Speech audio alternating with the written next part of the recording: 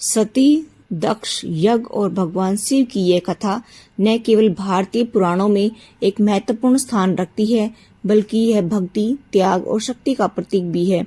यह कहानी हमें अहंकार और सच्ची भक्ति के बीच का अंतर समझाती है। दक्ष प्रजापति का गर्व, सती का प्रेम और भगवान शिव का धैर्य इस कथा के केंद्र में है। इस कहानी को विस्तार से समझते हैं। सती, जो स्वयं देवी शक्ति का अवतार थी, दक्ष प्रजापति की पुत्री थी। दक्ष ब्रह्मा जी के पुत्रों में से एक थे।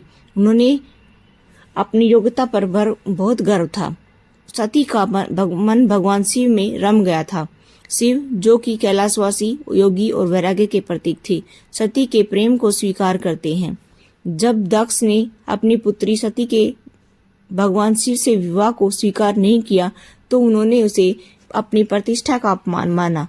किंतु सती ने अपने हृदय की पुकार सुनी और शिव से विवाह कर लिया। यह विवाह उनके पिता दक्ष को बिल्कुल स्वीकार नहीं था। उन्हें यह पसंद नहीं था कि उनकी पुत्री एक ऐसे देव से विवाह करे जो सर्पों की माला पहनते हैं, शरीर पर भस्म लगाते हैं और शमशान में वास करते हैं। दक्ष ने अपनी इस पीड़ा को अपने अपमान में बदल लिया और उन्होंने एक विशाल यज्ञ का आयोजन किया। इस यज्ञ में सभी देवताओं, ऋषियों और महान आत्माओं को आमंत्रित किया गया, लेकिन भगवान शिव को आमंत्रित नहीं किया गया। सती ने जब यह सुना कि उनके पिता ने यज्ञ किया है और शिव को आमंत्रित नहीं किया, तो वह अत्यंत व्यथित हुई। उन्होंने भगवान शिव से यज्ञ में जाने की इच्छा व्यक्त की। शिव ने उन्हें समझाया कि बिना बुलाए जाना उचित नहीं होगा, किंतु सती अपने पति की बात नहीं मान सकी और वे अपने पिता के यज्ञ में चली गई। जब वे वहां पहुंची तो दक्ष ने उनका अपमान किया और भगवान शिव के प्रति कटु शब्द कहे। सती अपने पति का यह अपमान सहन नहीं कर सकी। उन्होंने अपने पिता को बहुत समझाने का प्रयास किया कि वे भगवान शिव की महिमा को समझें, किंतु दक्ष अपने अहंकार में डूबे रहे। अंततः सती ने अत्यंत क्रोधित होकर के अपने प्राण त्यागने का निश्चय किया। उन्होंने योग अग्नि में स्वयं को समर्पित कर दिया और वहीं अपने शरीर का त्याग कर दिया। जब भगवान शिव को यह समाचार मिला तो वे अत्यंत क्रोधित हो गए। उन्होंने वीरभद्र और भद्रकाली को उत्पन्न किया और आदेश दिया कि वे दक्ष यज्ञ को विध्वंस कर दें। वीरभद्र ने यज्ञ स्थल पर पहुंचकर समस्त यज्ञ को तहस नहस कर दिया।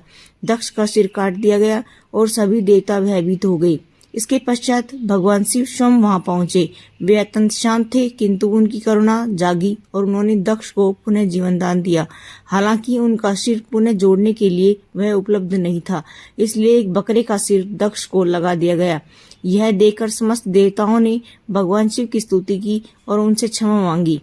शिव सती के वियोग में अत्यंत दुखी हुए। उन्होंने सती के मृत शरीर को लेकर के समस्त ब्रह्मांड में विचरण किया। यह देखकर भगवान विष्णु ने अपने सुदर्शन चक्र से सती के शरीर को 51 भागों में विभाजित कर दिया, जो बाद में शक्तिपीठों के रूप में पूजे जाने लगे। समय बीता और सती ने हिमालय राज के घर में पार्वती के रूप में जन्म लिया।